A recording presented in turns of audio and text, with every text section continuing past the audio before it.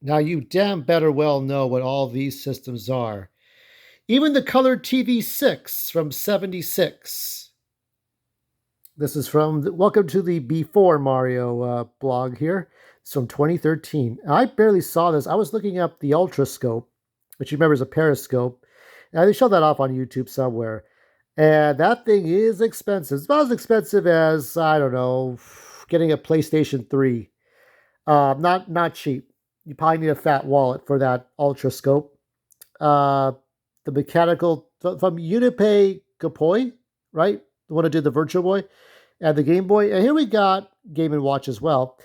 Nintendo's Beehive game. Now, I just saw this today, and it showcases the toys and the games Nintendo created between 1889 and the early 1980s.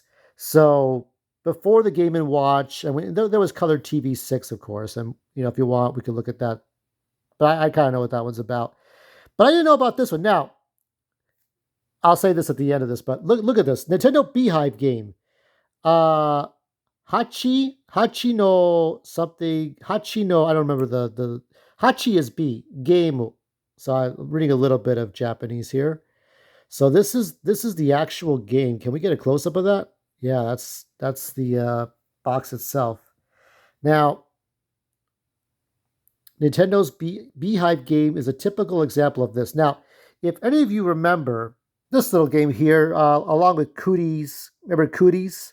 And then this one is Don't Break the Ice. I remember Don't Break the Ice, but I never played it, unfortunately. It might have been great when I was like 7 or 8 years old, along with my He-Man and Masters of the Universe, because we didn't have a lot of powerful consoles back then. But anyway, let's go back. Because here we have the classic version. This is from the 70s, 71 to be exact. So it is just like the one you saw, the Hexagon, that's on Amazon for $14.95. If you want to know what it's like to play this game and you don't want to spend a lot of money, you can go on Amazon right now and just play it for yourself. But never played Don't Break the Ice. This was released in Japan in 71 in a box adorned with two rather freckly Western kids and a Japanese boy. Uh, they all look American to me, so I'm not sure what that's on about. So the name Hachi no Su Gemu. Okay, Hachi no Su. Su would be hive.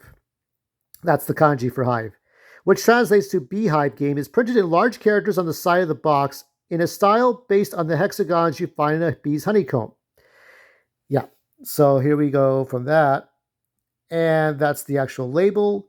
The hexagon shape is also found in the game itself, in the gray frame, as well as in the orange play pieces. Nintendo manufactured and marketed the game, but they did not design this game themselves. They licensed it from a German toy company called Neherf Gumbel. I don't know what that is. GmbH and Company. Licensed games was a fast way for Nintendo to increase their catalog and support their desire to grow market share. This is what they would still be doing now. Licensing games meant that Nintendo had to share some of their profits with the original creator, but it reduced development costs. Picking games that already had been proven successful abroad also increased the chances of success in Japan. The Beehive game is the only game that Nintendo licensed from Nehuri. Another very famous product from Nehuri is the Carrera Slot Racing Car series. However, Nintendo did not license this and create their own racing sets with the Lefty RX series, which we'll look at. We'll look at another time if you want. So here's the edge of the box. Nehuri QMBH, whatever it's called. The retail price of this was 1,200 yen, or just a little over $10. And it's the same thing that you saw on the Amazon listing. So what you want to bet, I was going to say this to the end, but what you want to bet that when they release the Mario Party game for the Switch, that you will not see that little platform there as a tribute to this board game. Like, you put Mario, Luigi, Princess Peach, and Yoshi there, and you hammer out the hexagons, and the last one who survives wins the game. And all right, okay, move 5 more steps, and then you collect coins and shit. That, I bet you this will be in Mario fucking Party. My predictions have been wrong in the past, but come on, look at this. This looks like a Mario Party game, right? The game's instructions are printed on the inside of the box top, right? And then the Beehive game includes 38 honeycomb pieces. To prepare the game, These pieces are stacked inside the frame. The tooth-like sides act like springs that press the pieces together. A total of 37 pieces is needed to fill the frame. One piece acts as a spare. Once the frame is filled, the four red legs are unfolded and one of the included bees, plastic, mind you, is placed on top. We are now ready to play. The Beehive game can be played by 2 to 4 players. 4 hammers are included, one for each player. So there's the original game. This was like a big thing back then. The players take turn hammering each out a honeycomb piece out, selecting one carefully to leave the bee sitting on the remaining pieces. So you want to keep that bee up there, right? There he is there. And as more and more pieces are removed, this becomes gradually harder as disturbing the increasingly fragile structure becomes more likely. Although a surprising number of blocks can be taken out, it is simply unavoidable that at some point a hit is one too many and the blocks will collapse and topple the bee to the ground. The last player whose turn it is when this happens loses the game. Simple and fun. I bet this will be like, save Mario. Don't let Mario fall with the hexagon pieces. Besides the regular board game shown above, this one here, the Beehive game was also included in Nintendo's mini game series. Oh my god, look at this. A miniature version like Mini Game & Watch, right? Like all games in the mini game series, this version was sold in a blister pack. 2 versions of the game packaging exist. The first edition is designed especially for the game in a funky 70s style, and the later edition has a more plain, generic design. Wow, look at that. And it's like, I would get this at the supermarket. If they had it at the supermarket, I would get it at the supermarket. You would find this at the supermarket today. Like all games in the mini games, let's see. The mini game version of the Beehive game sold for 900 yen, or just under $10. It is smaller than the original version and has less pieces, though. Yeah.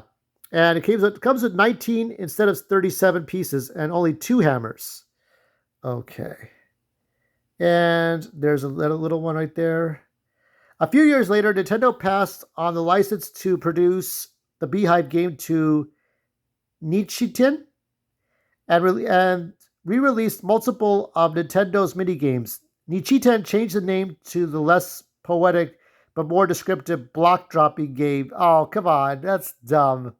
Block dropping game. How imaginative, right? The copyright to the Nichitin version is credited to Nehuri and Nintendo. Ooh, Nintendo! From the mid-70s onwards, Nintendo stopped acquiring game licenses altogether.